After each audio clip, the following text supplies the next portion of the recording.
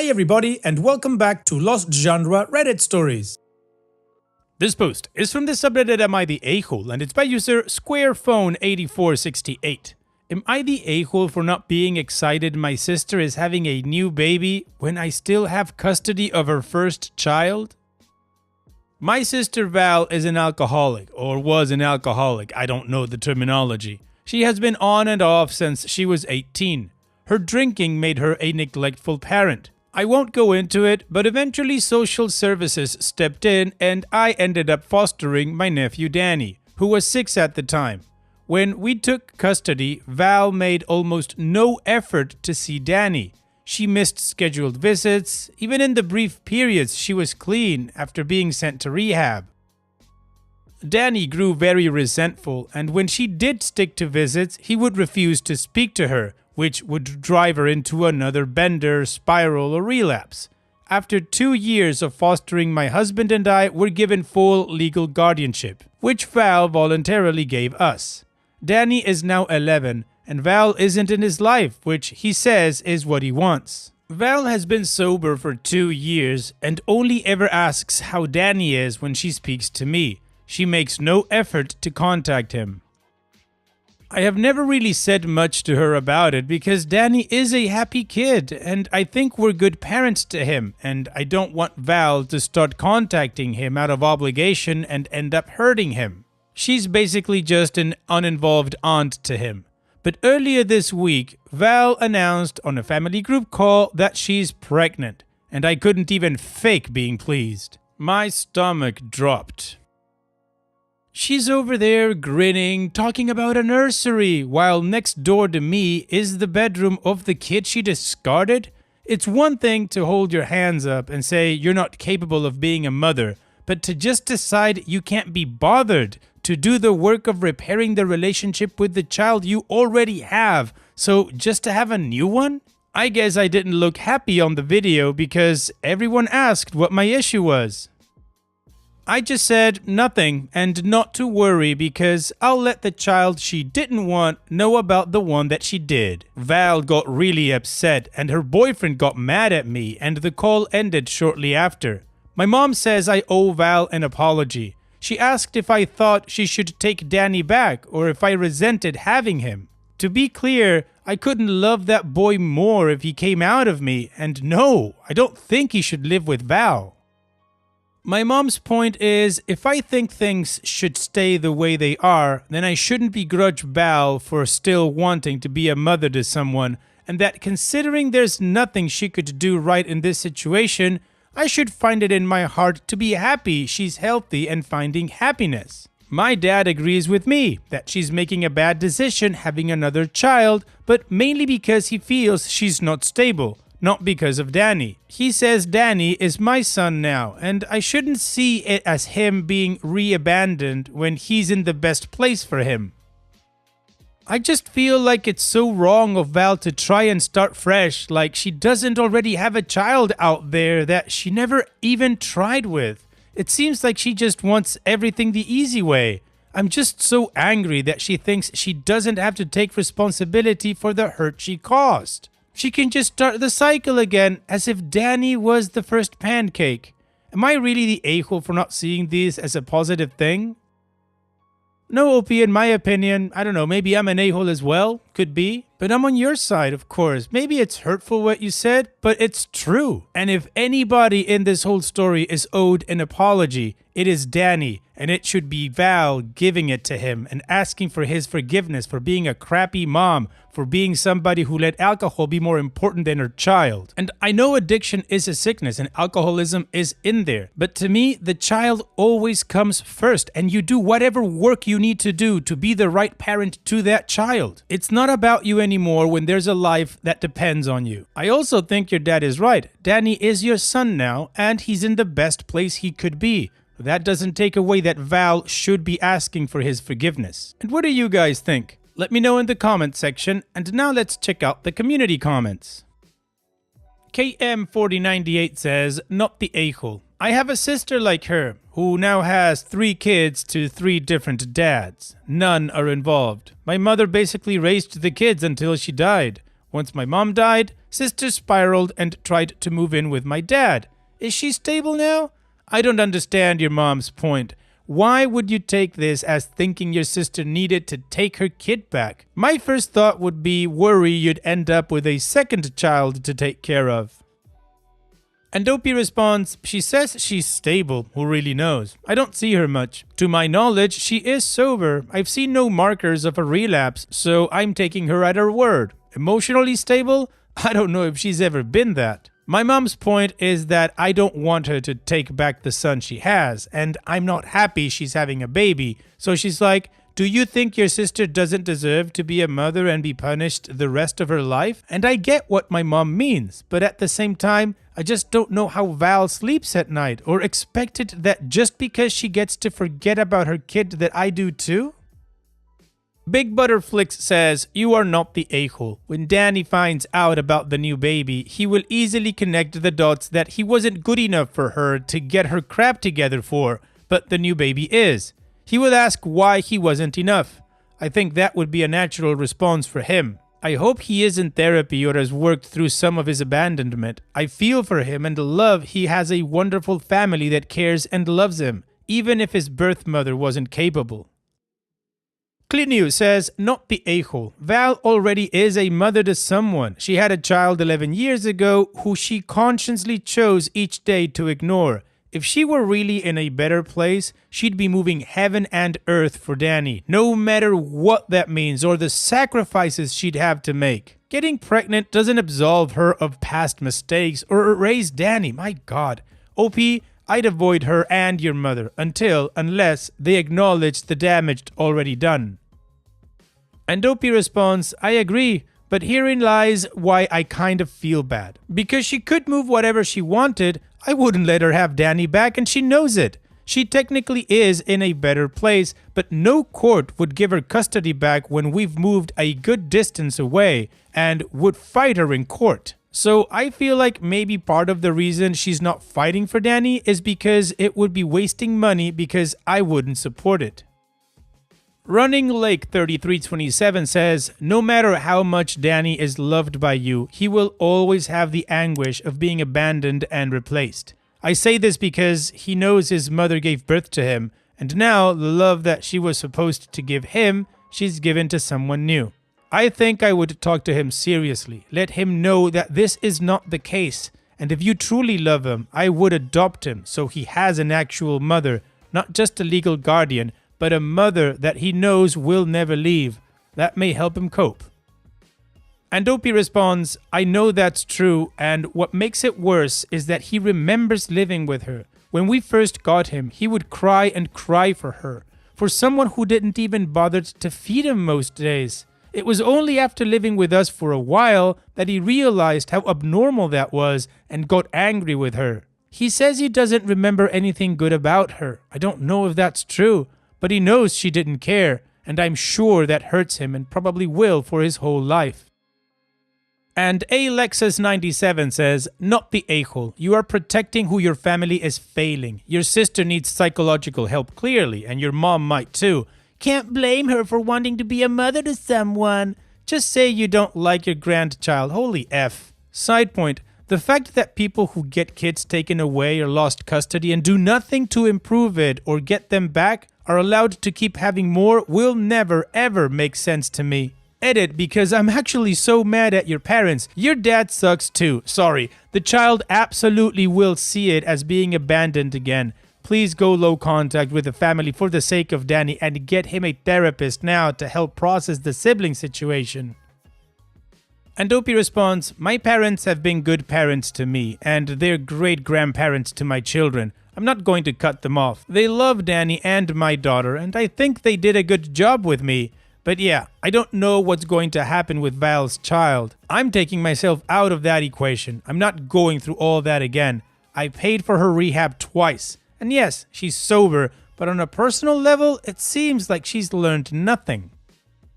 Well, the community agrees OP is not the a-hole, and I still think that what Val needs to do is beg her son for forgiveness. She doesn't need to take him back, she just needs to say, I'm sorry I failed you as a mother. Take accountability. Anyways, let's move on to the update to see how this story ends. Hi, I noticed a lot of people either DM'd me asking for updates or put the update me thing in the comments, so I thought I would come and post one. I was really touched by people sharing their personal experiences in the comments as well, so I just wanted to respect that by providing closure on this, if you would consider this closure. Anyway, on to the update. First, my husband told Danny about the baby. They went out for a boys' day on Saturday and they talked about it. I won't share too much about it, but he took it pretty well, all things considered. We do think we will book a few sessions with a therapist for him, but we want the dust to settle a little bit. Danny opens up easier when he's had some time to himself to think about things first, so we're going to give it a couple of weeks, but he's doing well for now. Next, I spoke to my mom. A lot of people were quite harsh on her, which I don't think was deserved, but I did feel like we needed to have a conversation. My mother is the kindest and most forgiving person on the planet, and I love that about her. The same way I saw what Danny went through, she saw what Val went through with her birth mother. I look at Danny and see a scared little 6-year-old. My mom looks at Val and sees a traumatized teenager, so she has a different perspective. Some context on this. Val is my stepsister. Her dad is my stepdad, but he's the one who raised me, so I just call him Dad. She lived mostly with her mom until she developed serious behavioral issues and it became clear that her mother was not a safe person to have custody, and she came to live with us full time. It doesn't really change anything emotionally, but I know people were asking.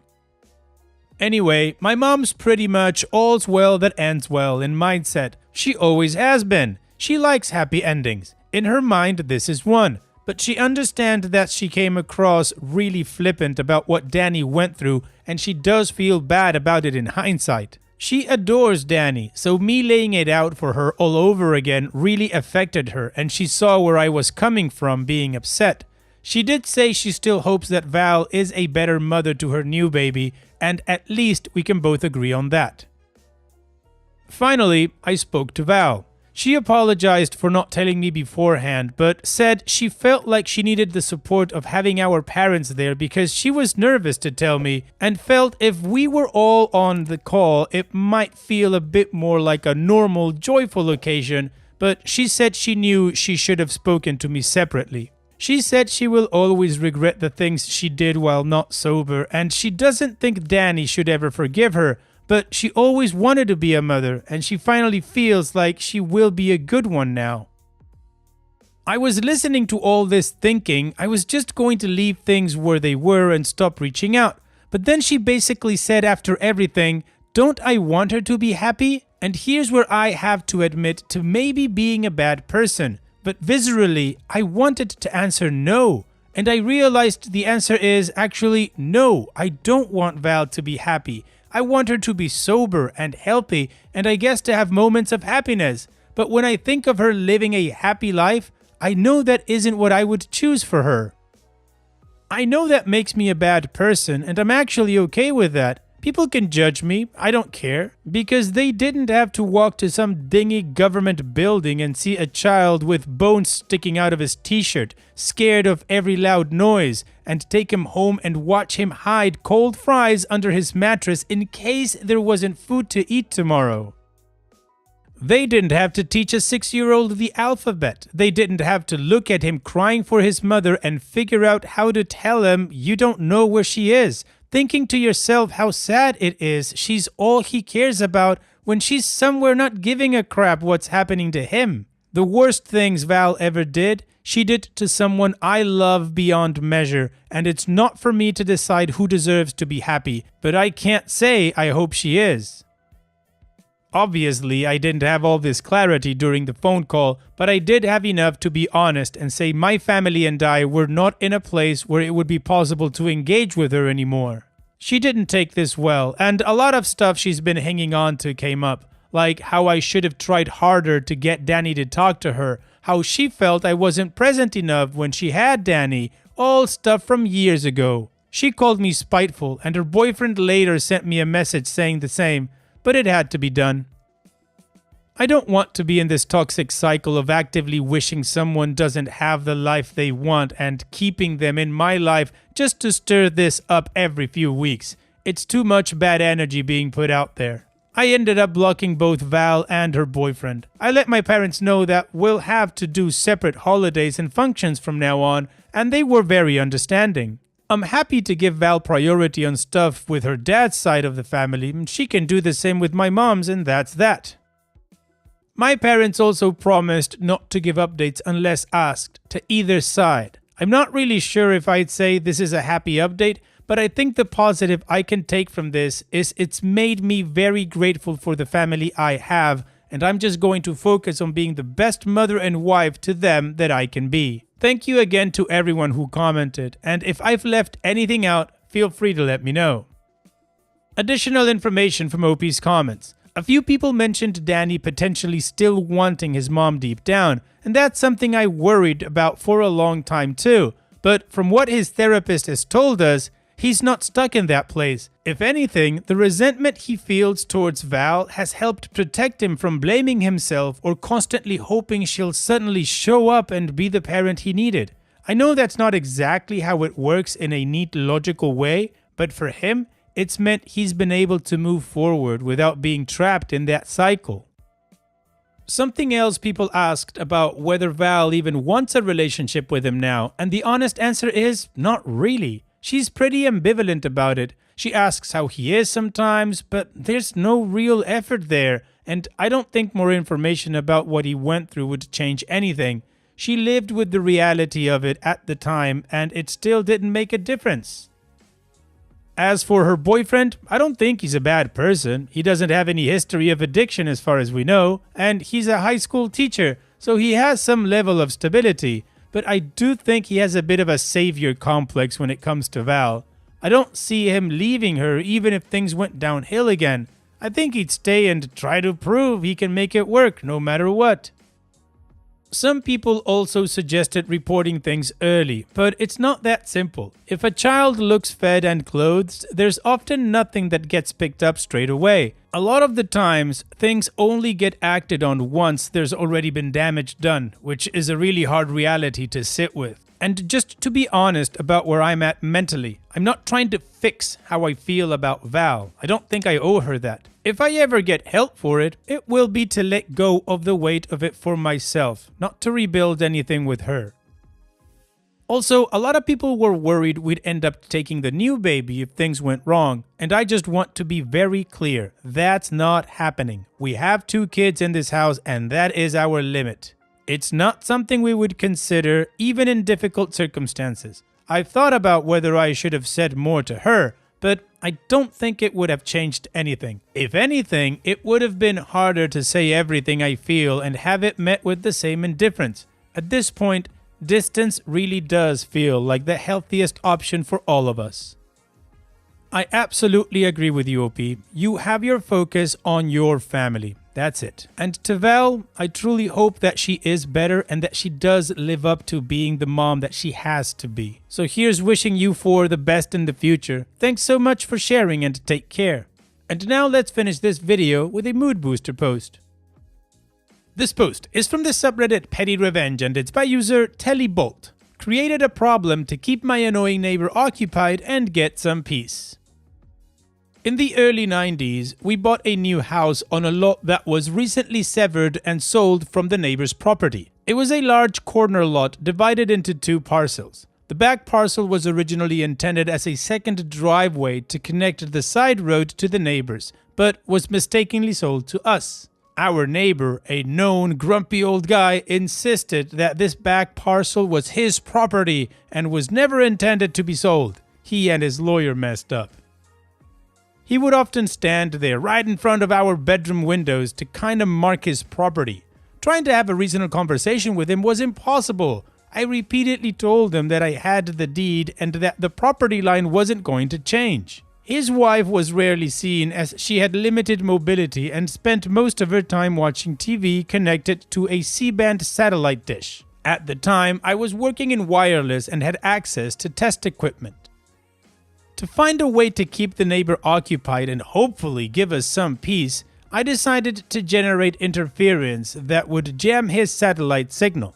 I set it up on a timer, so this signal would cut out 10 minutes before the hour and come back 10 minutes after, meaning they would consistently miss the beginnings and ends of their TV programs. This definitely kept him busy trying to figure out what was wrong. He even called out technicians, but of course, the issue never occurred when they were there. I could often hear his frustrated outbursts, and I imagine his wife was adding to the pressure. After a few weeks of this, I walked over to him while he was fiddling with the dish and casually mentioned that I worked in wireless and had some knowledge of satellite communications and maybe I could take a look. He was immediately interested, so I climbed up the ladder, pretended to adjust something, gave him some technical sounding nonsense about what I had found, and then told him it was fixed. I then stopped the interference coming from my house. A few days later, he came over to thank me profusely, saying I had fixed it when no one else could. From that day forward, he was the friendliest neighbor and never mentioned the contested piece of land again. Well, Opie, I don't know if this is a petty revenge, but it's definitely a great way to get your neighbor to like you. Thanks so much for sharing. And that's it for today's video. Thank you so much for taking the time to watch it. Now, if you've gotten to this point in the video, I assume that you like these stories that I'm reading out. So here are a couple more that you might enjoy. And if you don't have any time to watch another story right now, save it for later. And also, don't forget to hit that subscribe button.